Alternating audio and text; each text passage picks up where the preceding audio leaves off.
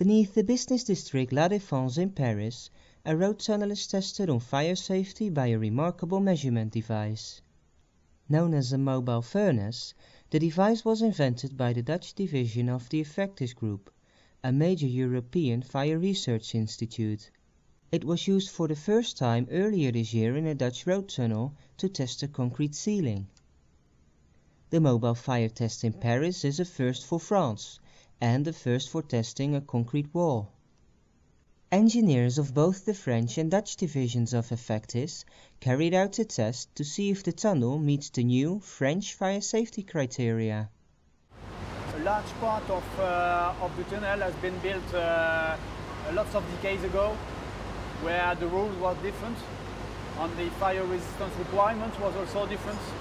So now that we have to be checked if the fire behavior of the concrete and of all the structure are okay according to the new rules on the new fire safety level we need. The mobile furnace has several advantages over boring concrete samples and testing them in a laboratory. By using the mobile furnace, you can test.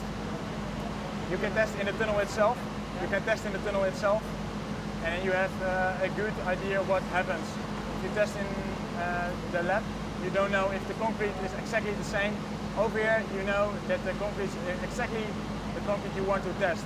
The moisture content is the same, which is also important for spalling. The concrete itself is the same, and yeah, it's a real in situ test. You cannot enter a real situation closer than this, than testing in the tunnel itself. The test represents a hydrocarbon modified fire curve, or the flames of a large fire, if you will. The temperature of such a curve reaches a maximum of 1300 degrees Celsius. The concrete should be able to handle this temperature according to the new fire safety regulation enforced by the French government.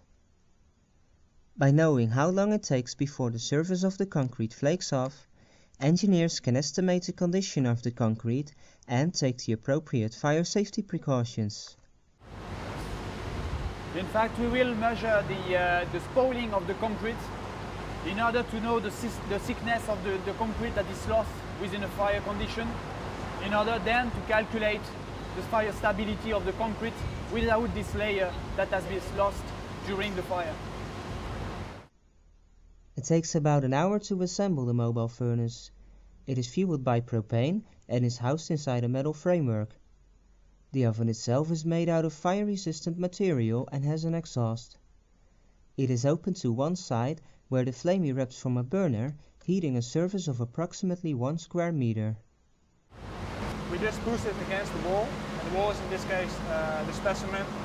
And in the furnace, yeah, the temperatures are going to increase, which will be measured by small thermocouples which are in the size of the box itself. These measurements we can see on a screen, on a small screen from a laptop, and if the temperatures are going up or too high, then I will decrease the temperature by the control panel, and the other way around. If the temperature is too low, I will increase the temperature by the same buttons on the control panel. Inside the oven sits a heat-resistant camera. It shows exactly when the concrete begins to spall. After 2 hours of continuous burning, the test is finished.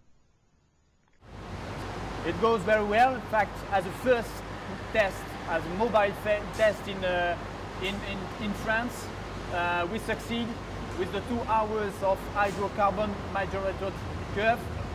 So it's really a success to perform that in Paris today. Not much concrete is left on the wall. The reinforcement is clearly visible, pointing out that a fire safety upgrade for this tunnel is required. The damaged test area will be repaired with concrete. Looking back on a successful testing day, the mobile furnace showed quite some potential for replacing conventional fire safety research. The engineers hope to deploy the furnace more often in the near future. At least 4 more tests are planned for the road tunnel network running beneath La Défense.